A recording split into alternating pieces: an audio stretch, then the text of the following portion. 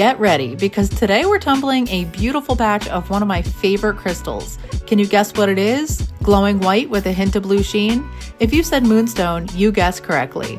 In this video, I'm going to show you the whole process from start to finish, and trust me, you're going to want to stick around to see the final results.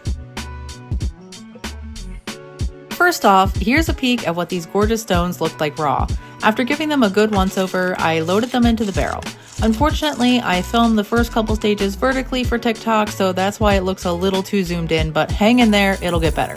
Moonstone is a 6 to 6.5 on the Mohs hardness scale, which is a bit softer than most of the things I tumble, so for the first stage I added a little ceramic media right from the start. Ceramic media helps cushion the rocks so that they're less likely to fracture while rolling around and bumping into each other. I had never attempted to tumble moonstone before, so I wasn't quite sure what to expect and wanted to play it safe. I added water and 3 tablespoons of coarse 60/90 grit, closed the barrel up, and off they went for their first week-ish on the tumbler. After a little over a week in stage 1, I checked the moonstone for the first time. I poured the barrel out in a strainer over the grass and gave them a good rinse with the hose. In case you're wondering, no, the slurry doesn't hurt the grass and it's totally fine environmentally.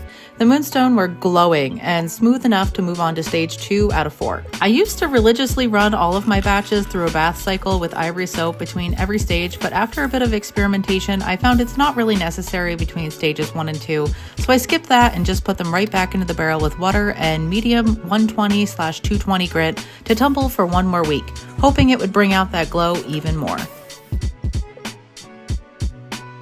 And sure enough, another week of tumbling did indeed make this gorgeous moonstone even more flashy. It's hard to catch on camera, but you can see they're just glowing. This batch was honestly one of the most satisfying things I've tumbled, and it felt like it went really fast compared to the harder stones I'm used to tumbling. After an overnight bath with just water and a little ivory soap, I put them into stage 3 with free polish, hoping that next time I'd get to see at least a little bit of shine. You might have noticed that I've used a lot of ceramic media in this batch.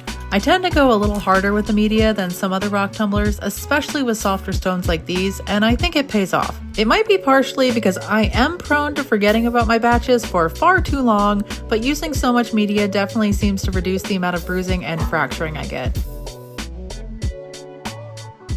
Alright, now stage 3 is done. This is always a very exciting time for me because it means they're almost finished. So close to shiny wonderland. I poured them out, rinsey, you know the drill. Back inside, I decided to add a little bit more media and ran them in a bath for a couple hours. Side note, make sure you only use ceramic media that's already a little worn down in stage 3 and 4 because the brand new stuff can be a bit too abrasive at this point. After the bath, I dried a few off to inspect for shine. Rocks aren't always shiny after pre-polish, but a hint of sheen is a good sign. There was definitely some promising shine there and so much flash. I put them back in the barrel with water and 3 tablespoons of polish and off they went. And then it was finally time for the big reveal. Did we find our way to shiny wonderland with this batch? Heck yes we did. This is what they looked like wet after a good rinse.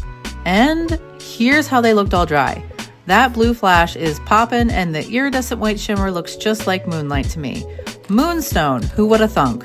Tumbling these definitely solidified Moonstone as one of my absolute favorite gems, and I will definitely tumble more in the future. They're just too pretty. I immediately made a bunch of moonstone necklaces and earrings to sell on my website, moonriserocks.com, and they sold out within a weekend. I was so psyched that you guys loved them as much as I did. I will definitely be tumbling and making more moonstone jewelry in the future, so keep an eye out for the restock. If you're interested, you can always sign up for my mailing list on my website so that you're the first to know when they're available. Finally, here's a little before and after. If you're into rock tumbling, then why not join your fellow rock gremlins here? Like and subscribe. There will be lots more rock chaos to come.